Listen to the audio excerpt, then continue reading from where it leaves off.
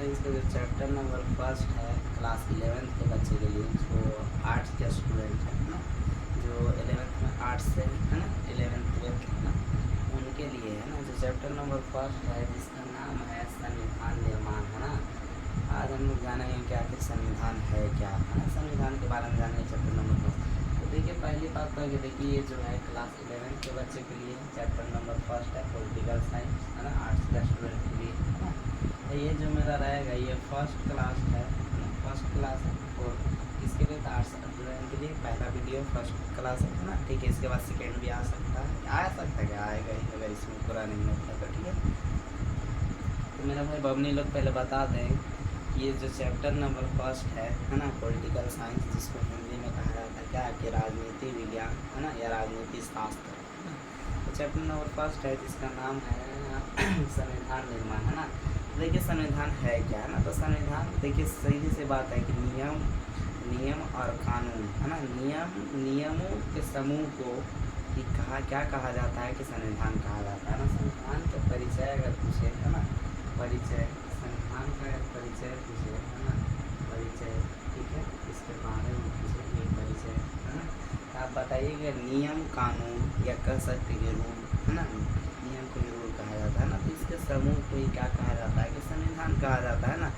पहली बात तो पहले भारत के संविधान के बारे में जानेंगे, तो सबसे पहले जानेंगे कि भारत का संविधान किसने लिखा है ना, भारत के संविधान का पिता किसे कहा जाता है। तो खैर हमसे पढ़ते होंगे है ना, मेरे क्लास करते होंगे मेरे कोचिंग से है ना, तो बच्चे लोग को मालूम होगा या बहुत सारे लोगों को मालूम होगा मेरे कोचिंग से नहीं भी पढ़ते होंगे। तो जो पढ़ने वाला विद्यार्थी होगा, पढ़ने वाला स्टूडेंट होगा, जो पढ़ने लोग है ना, उन लोग को पता है कि भारत के संविधान का पिता किसे कहा जाता है, तो डॉक्टर भीमराव अम्बेडकर को कहा जाता है ना, ठीक है। तो देखिए जब भारत का संविधान जो है ना, भारत के संविधान के बारे में अगर जाने, तो भारत का संविधान के पहले जाने कि इसको बनने में कितना साल लगा था है ना। भारत का जो संविधान बनने में कुल जो समय लगा था है ना, 2 साल है ना, 2 साल 11 माह है ना, शायद 18 दिन है, कन्फर्म नहीं, शायद ये मिनिमम या लगभग हो सकता है, ठीक है। तो देखिए ये जो पहला नंबर चैप्टर जिसका नाम है संविधान निर्माण है ना, संविधान को कैसे बनाया गया है ना। तो देखिए भारत का संविधान किस लिए बनाया गया है, या किसी भी देश को चलाने के लिए है ना, देश क्या हो, अगर घर को भी चलाना है ना, अगर किसी फैमिली में घर को भी चलाना है तो उसके लिए क्या होता है कि नियम होता है, रूल होता है, कानून होता है ना। जैसे घर में कभी किसी घर में मम्मी पूरा घर को हैंडल करती है, अम्मी हैंडल करती है, अब्बू हैंडल करते हैं, या पापा या मम्मी है ना, मिल के दोनों हैंडल करते हैं ना। तो ये क्या है, तो ये भी तो क्या है, तो एक तरह से क्या है कि मम्मी का क्या काम है कि मम्मी का गृह मंत्रालय है ना, घर का काम संभाल रही है ना, तो इसके लिए भी नियम कानून होता है, घर के लिए रूल होता है ना। तो उसी तरह देश को चलाने के लिए रूल होता है, राज्य को चलाने के लिए रूल होता है, डिस्ट्रिक्ट को चलाने के लिए रूल होता है। और क्या बोलते हैं मेरे भाई बहनी लोग कि राज्य को चलाने के लिए जब नियम है तो कंट्री को भी चलाने के लिए नियम होना चाहिए, देश को चलाने के लिए होता है, पूरा दुनिया को चलाने के नियम होता है ना, इंसान को भी जीने के लिए एक नियम होता है, कानून होता है, जीने का तरीका होता है ना। तो खैर इसके बारे में हम लोग जानते हैं ना। तो देखिए जो पहला नंबर चैप्टर जिसका नाम भारत का संविधान है ना, तो देखिए पहली बात है कि भारत को अगर जाना जाए तो भारत जब आज़ाद हुआ था 15 अगस्त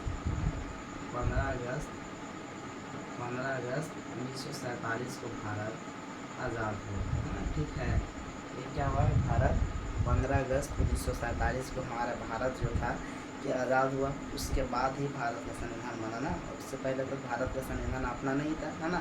उससे पहले ब्रिटिश लोग थे, मतलब कि अंग्रेज लोग थे जो भारत को चला रहे थे, ठीक है। तो इसके बारे में हम लोग जानेंगे भारत के संविधान के बारे में ना। तो भारत का संविधान, भारत के बारे में अगर जाने तो पहली बात कि भारत कब आज़ाद हुआ, तो 15 अगस्त 1947 ईस्वी को आज़ाद हुआ है ना। उसके बाद फिर भारत को फिर जब नया देश का निर्माण हो गया, जब भारत का निर्माण हुआ 1947 ईस्वी, भारत में मतलब कि भारत जब आज़ाद हुआ है ना, नए तरीके से, नए सिरे से ना, इससे पूर्व है ना, 1947 से पूर्व यानी कि पहले कौन था शासक, तो ब्रिटिश शासक थे, ब्रिटिश राजा लोग यहाँ पे राज करते थे है ना, तानाशाही की वजह से या जी की वजह से है ना, तभी तो आंदोलन हुआ। भारत को आज़ाद कराने का कारण क्या हम भारतीयों को कि जो है अदर कंट्री के लोग, अदर कंट्री मतलब कि बाहर के देश के लोग, मतलब विदेशी लोग है ना, या अमेरिकन या ब्रिटेन है ना, ब्रिटिश लोग है ना, ब्रिटिश लोग भारत पर शासन कर रहे थे 1947 से पहले। उससे पहले तो भारत आज़ाद नहीं था है ना। तो 1947 में 15 अगस्त 1947 ईस्वी को भारत आज़ाद हुआ ना, जिसके आज़ाद कराने में भारत के कई सारे नेताओं का मुख्य तरीके से रोल रहा है ना, जैसे कि गांधी जी है ना, मौलाना अशफाकुल्लाह खान है ना, या कह सकते हैं कि सुभाष चंद्र बोस है ना, बहुत सारे लोग थे है ना, मुस्लिम हिंदू, मतलब कहने का मतलब कि भारत में जितने सारे जाति जितने सारे धर्म के लोग रहते हैं सब लोगों ने मिलकर आंदोलन किया, सब लोगों ने लड़ाई लड़ी, सब लोगों ने अपना खून बहाया है ना, सब लोगों ने अपना अपने आपों को क्या किया कि भारत के लिए अपने आप को शहीद किया है ना, शहीद हुए है ना। उसके बाद ये भारत आज़ाद हुआ है ना, ये फ्री में आज़ादी मिलने वाला नहीं है ना, इसके लिए क्या किया गया है कि आंदोलन किया गया है, जान को दिया गया है ना, अपने खून को बहाया गया है ना, मेहनत किया गया है ना, उसके बाद हुआ लड़ाई लड़ा गया है ना, उसके बाद ये भारत आज़ाद हुआ है। तो कब आज़ाद हुआ था कि 15 अगस्त 1947 ईस्वी को आज़ाद हुआ है ना। उसके बाद क्या हुआ कि अब जब भारत जब आज़ाद हो गया है ना, तो उससे पूर्व तो ब्रिटिश शासन थे, तो वो अपना हिसाब से उसका अपना संविधान होगा, वो उसका अपना रूल होगा है ना, वो लोग चला रहा होगा अपना रूल से। तब भारत को चलाने के लिए क्या चाहिए कि रूल चाहिए, नियम चाहिए, तो नियमों के समूह को ही क्या कहा जाता है कि संविधान कहा जाता है ना। तो फिर उसके बाद क्या हो गया कि क्या किया जाए, फैसला लिया गया कि भारत का भी एक संविधान होना चाहिए। फिर भाई एक बात बता दे बबनी लोग कि जो भारत का संविधान है ना, पूरा वर्ल्ड का, पूरा दुनिया का सबसे बड़ा लिखित संविधान है। लिखित मतलब कहा जाता है कि लिखा हुआ संविधान, भारत का सबसे बड़ा संविधान लिखित संविधान है ना, सबसे ज़्यादा नियम कानून है। कई एक नियम कानून क्या होता है, देखिए संविधान में सब तरह का नियम है। पहली बात तो समानता का अधिकार है, सभी लोगों को बराबरी का अधिकार है ना, चाहे तो दलित हो या कोई जाति का हो, नीच हो या ऊंच जाति का हो, सबका समानता का अधिकार, बराबरी का अधिकार है। पहली बात बता दिया जाए कि जो भारत का संविधान जो लिखे थे है ना डॉक्टर भीमराव अम्बेडकर, बाबा साहब अम्बेडकर है ना, तो उनके बारे में कहा जाता है क्या है कि वो दलित जाति से ही आते थे, जो कि भारत का संविधान लिख दिए उन्होंने। तो कहने का मतलब ये है कि जाति है ना, जाति और क्या बोलते जाति और धर्म में उतना ये नहीं रखना चाहिए ना, मतलब कहने का मतलब ये नहीं करे कि आप मानिए ये नहीं मानिए है ना, आप जिस धर्म से मानिए हम नहीं मानते हैं ना। तो खैर कहने का मतलब है कि डॉक्टर भीमराव जो अम्बेडकर थे, जो दलित जाति से आते थे ना, मतलब दलित मतलब पिछड़ा जाति से आते थे है ना, उनके साथ भेदभाव किया गया है ना, लेकिन उन्होंने क्या किया, सब चीज़ों को बर्दाश्त किया है ना, पढ़ते गए लिखते गए ना, उनको बहुत सारा तकलीफ दिया, उनके साथ बहुत सारा भेदभाव किया गया, सताया गया, स्कूल में किनारे बैठाया गया है ना। उनकी हिस्ट्री पढ़िएगा, वही इंसान पढ़ लिख करके इतना शिक्षित बन गया, इतना अच्छा इंसान बना कि आज के डेट में भारत का संविधान लिख दिया गया। भले डॉक्टर भीमराव अम्बेडकर के पीठ के पीछे या बुराई करते या कुछ भी करते, लेकिन भारत के संविधान के हिसाब से आज भी कितनों ऊँच जाति का आदमी हो तो उनको क्या करता है कि छुप के सलामी करता है ना। तो कहने का मतलब किसको कहा जाता है कि शिक्षा है ना, उन्हीं का लिखा हुआ है, जो गवर्नमेंट ऑफ इंडिया का जो प्रेस द्वारा छपा हुआ पुस्तक है, जो उन्हीं का लिखा हुआ है कि शिक्षा शेरनी का दूध है, जो जितना पिएगा उतना दहाड़ेगा है ना। तो खैर मतलब हम कहने का मतलब ये है, भारत के संविधान के बारे में जाना तो भारत के संविधान के पिता किसे कहा जाता है, तो डॉक्टर भीमराव अम्बेडकर को कहा जाता है ना।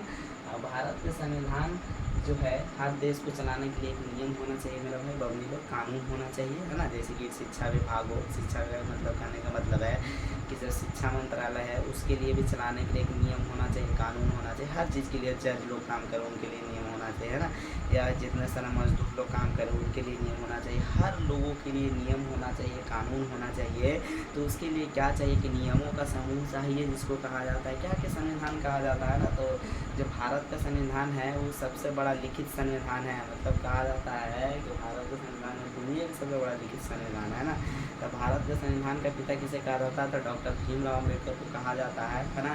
और देखिए आपसे अगर कोई पूछे कि संविधान को क्या, संविधान क्यों जरूरी है, काहे चाहिए संविधान, अगर चाहिए का है ना, तो आप बताइएगा कि किसी भी देश को चलाने के लिए एक नियम कानून चाहिए, जिसको कहा जाता है कि संविधान कहा जाता है। नियमों के समूह को ही क्या कहा जाता है कि संविधान कहा जाता है। आप सीधे से कहिएगा अगर घर चलाना है ना जी, अगर फैमिली को चलाना है तो उसके लिए क्या चाहिए कि नियम चाहिए, कानून चाहिए, रूल चाहिए है ना। तो उसी तरीके से क्या चाहिए कि अगर गांव को चलाना है तो उसके लिए भी रूल होता है, उसके लिए भी क्या होता है कि गांव में क्या होता है कि पंच होते हैं, वार्ड होते हैं, मुखिया होते हैं, पंचायत समिति होते हैं।